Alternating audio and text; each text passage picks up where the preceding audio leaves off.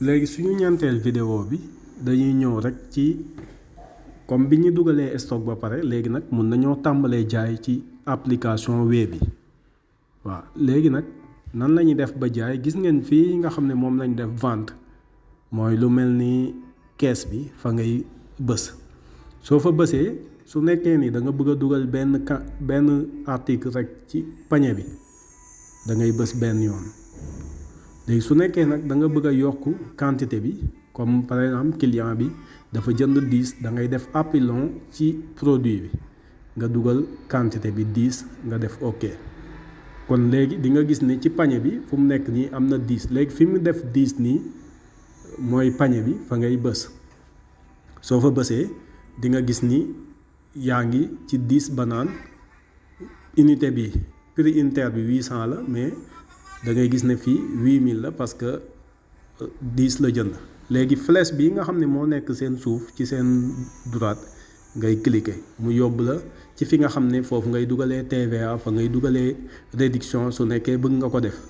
su nekkee bëggoo ko def tamit da ngay continuer rek nga bës ci flèche bi client bi fu mu nekk nii inconnu la comme xamoo turam xamoo daraam xam naa yeneen vidéo dinañ ñëw wax leen naka la ñuy créer client fiche client léegi nga bësaat ci flèche mu ne la naka lay fayee day fay en cash espèce la lay jox xaalis la lay jox nga defaat ok mu ne la ñaata la client bi jox 10 000 la client bi jox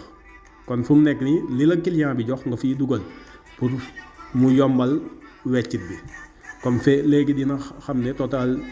facture bi moo ngi ci 8000 client bi 10 000 la jox kon li nga war a delloo client bi moo ngi ci 2000 monnaie bi mooy weccit bi ngay jox client bi nga bës fii ok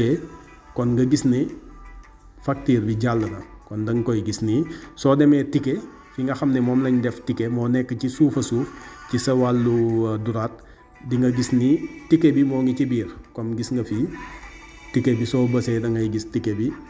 moo ngi ci biir application bi kon loolu moo nekkoon ni nga xamee ni moom la ñuy facturer ci biir application bi